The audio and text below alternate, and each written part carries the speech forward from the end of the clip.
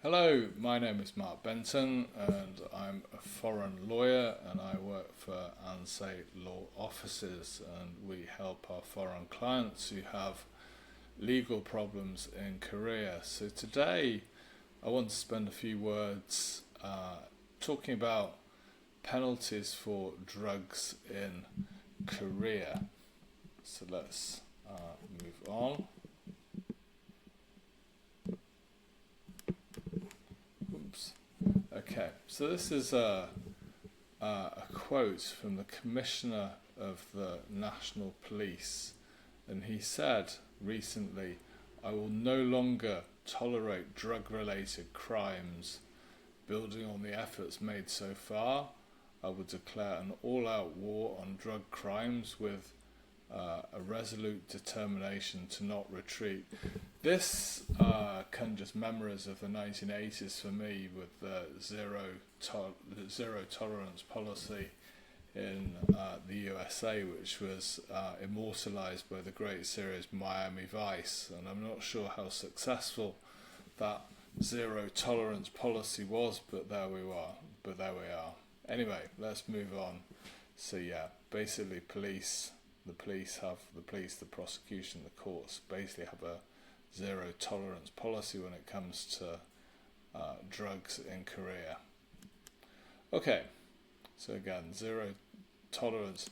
So despite the supply and use of illegal drugs being very low compared to other democracies, Korea has basically adopted a zero policy on drugs, and this, obviously compares with places like Thailand, where weed and cannabis are fairly or openly available and legal. The same with the USA and in the UK. Drugs are certain drugs are basically tolerated, or possession of certain drugs are basically tolerated. This is not the case in Korea, so you must not bring the habits of your home countries to Korea. You must be aware of the law. Okay, so these are some of the range of penalties that you are likely to suffer the consequence of if you are caught in possession or supply of drugs. And the following is basically a range of punishments, and they are within the discretion of the criminal courts, and this is likely what's going to happen to you. And prison really is not a pleasant place. Anyway, cannabis. Cannabis seems to be very strongly penalised. So if you're caught in possession, it's 5 years, up to 5 years in prison, or a fine up to 50 million Korean won, which is probably about $35,000. And so supply, prison for 5 years, or a fine of up to 50 million Korean won, which again is about $35,000.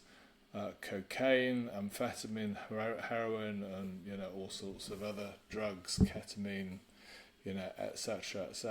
Imprisonment for not less than 1 year for possession, and prison for 5 years to life for supply. So that's a really strong punishment. Okay. The other thing that you should bear in mind is that Korean law applies extraterritorially. So what does this mean? It means that Korean criminal law applies to foreign nationals residing in South Korea as well. This means that if you use cannabis in countries where it's legal, say Thailand, there will be consequences if you are tested when you return. Some things to look out for. So the lowest possible sentence would be immediate deportation. So if you've established a life here, you've got a job, you've got a community, you've got friends, family, etc., you will have to get out of the country.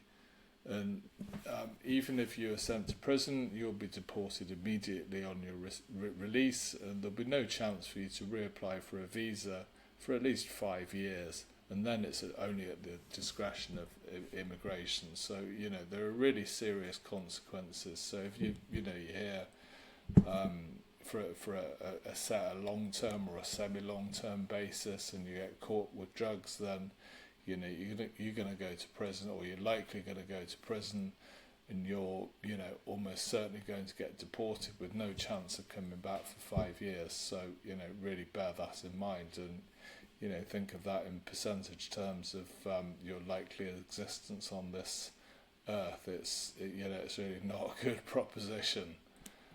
Okay, so if you are caught with drugs, you really must hire a lawyer to mitigate the consequences for you. This really is a no-brainer. A lawyer can really help you in situations like this. They can find loopholes, they can find ways of discrediting the evidence, etc., etc. And what may be an extremely severe consequence for you may in fact turn out to be something which is significantly more benign. Okay, that's the end of my presentation on penalties for drugs. Thank you very much for listening. These are my contact details. Please feel free to get in contact with me by email or telephone, and I'd be happy to discuss anything related to this with you. Anyway, take care and have a great day.